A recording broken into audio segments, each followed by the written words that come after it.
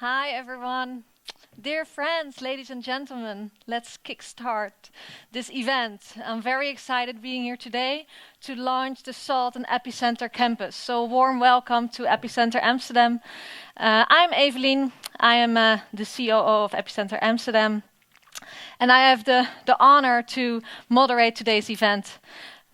So warm welcome, and I'm very happy that you're all here. Some of you I already know, some of you are members, some of you are external parties. And of course, warm welcome to our speakers, because we have a fantastic lineup for you today. They are all ready to present on stage.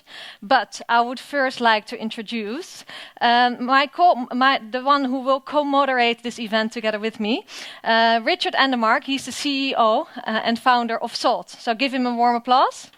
Hi, Richard. Good to see you here. Hi. Hi. Well, I'm super happy to be here as well, and to kind of kick off the launch here of Epicenter Campus and Salt in the Netherlands. And before we kick off, I would like to inform you about our today's promotion. If we can click on the slide. Yeah, we have a promotion for 2 Explorer memberships. So to participate, follow Epicenter Amsterdam on our social media channels and tweet by using hashtags the Epicenter Campus and Salt launch. And we will announce the winner at the end of the event. So please join us online as well. Epicenter is a hub on innovation, and we help companies to grow and to innovate. We offer them innovation hubs, digital safaris, we organize strategic sessions, we organize lots of events, and together we want to make this a huge success. So it's not only providing space, but we like to add value and help the companies to grow. If you are interested in one of these things, just come to me after the event or reach out to any of my colleagues to hear more. But today it's all about creating a richer diversity in tech.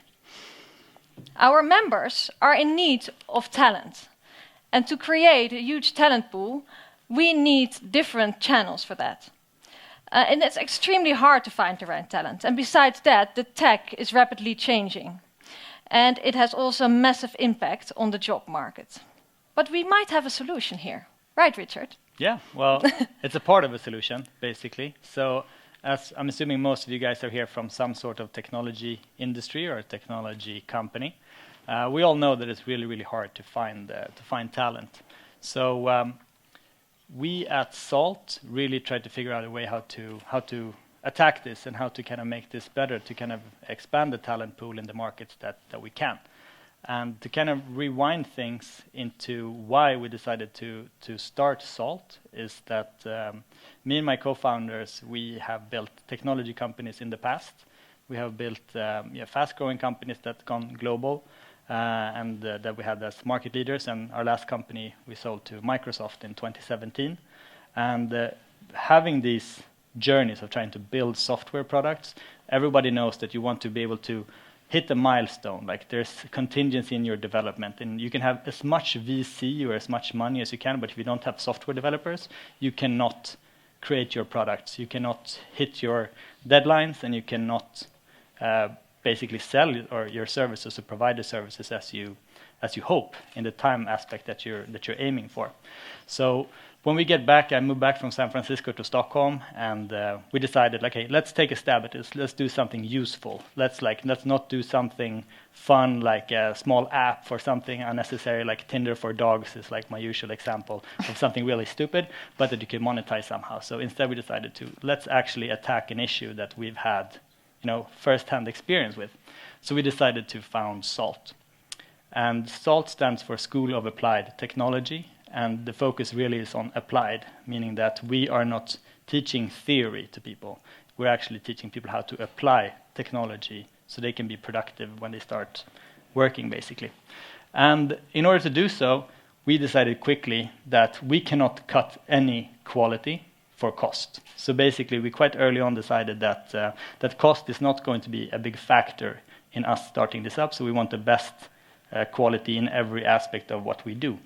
And that's also when I found Epicenter in Stockholm. So I moved back, realized that in Stockholm, basically the best innovation hub for technology companies is Epicenter Stockholm, with companies like Spotify and iSettle, Microsoft, AWS, you name it. So I approached Epicenter and talked about, this is what we want to do.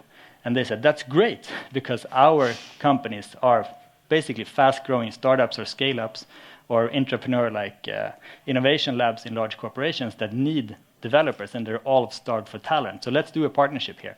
So that's what we did. So we really found a really good way to marry this. But then the question is, okay, who are these developers? Like, there's a shortage of, in the Netherlands, it's a shortage of like 54,000 developers right now. In Sweden, that number is 70,000, or IT professionals. So how do you find them, since, other companies can't recruit them? So we decided, okay, let's go out and find the diamonds in the rough, basically trying to figure out who can we train to become professional developers in a pretty short period of time. So then we're going to have a later speaker, Marcus Hammarberg, who is our head of curriculum, is going to dive more into how we do it. But something that is really important to understand is that what we're looking for are very, very talented individuals that really want to do this, like they're completely passionate about this. And that means that we go out and we market ourselves towards candidates in social media like Facebook, Instagram, all over the subways or the buses or whatnot. And we offer a free training program here at Epicenter with the absolutely best instructors in the world, with all of the technology available for you. And we also guarantee you a job. We give you 3,000 euros once you graduate and get hired by us. So we get a lot of applicants. In Sweden, for our last program, we got almost 1,600 applicants for 25 places. And what we're looking for are people that really stand out, that are not professional developers today, but really want to do this as a profession.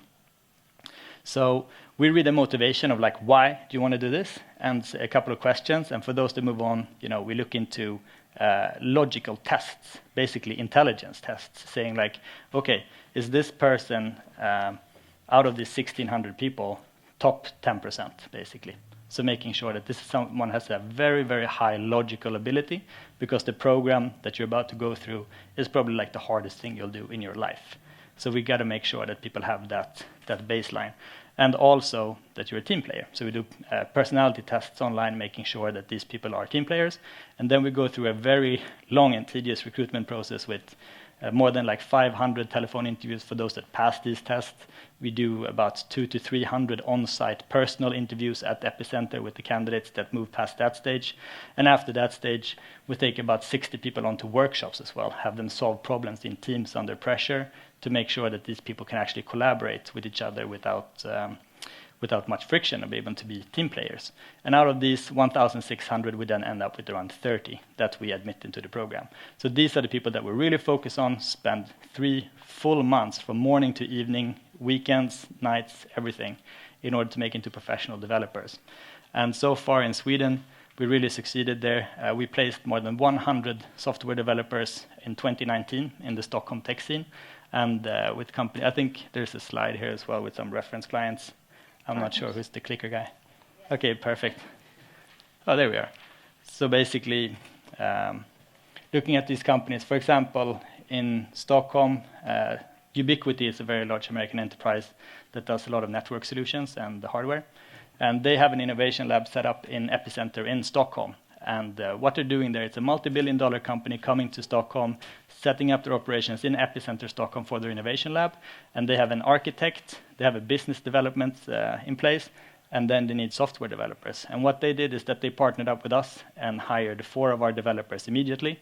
So just before they come in, set up their office in Epicenter, they have a dev team all ready to go. And we have also a partnership here at Epicenter Amsterdam with CenturyLink, which Tom is going to talk a little bit more about later as well. And those are for the graduates that go from this program that is ongoing now in May. And basically, these companies get developers that are now basically, or not basically, they are productive developers from day one. And we have great examples of people coming in from people with PhDs, lawyers, people with no education at all, mobile cell phone repair people, refugees from Syria. We don't care about what your background was. We don't look at what type of degree you have. We don't look at your gender. We don't look at anything. We don't look at your background whatsoever. We look at your abilities to succeed, and that also makes us very diverse. So basically, or in every program that we've had, out of 30 people, there is normally between 12 and 15 different nationalities in that program out of 30 people. So basically every other person is from a different country. And also we have a much higher number of women in our programs, like around 40% than the common average of like 15 in a technology company. So yeah, that's kind of the short version of SALT and what we do and why we're here today. Yes, great. And if you have any questions for Richard, just raise your hand. Also, we want to keep it interactive, so don't hesitate if you have any questions.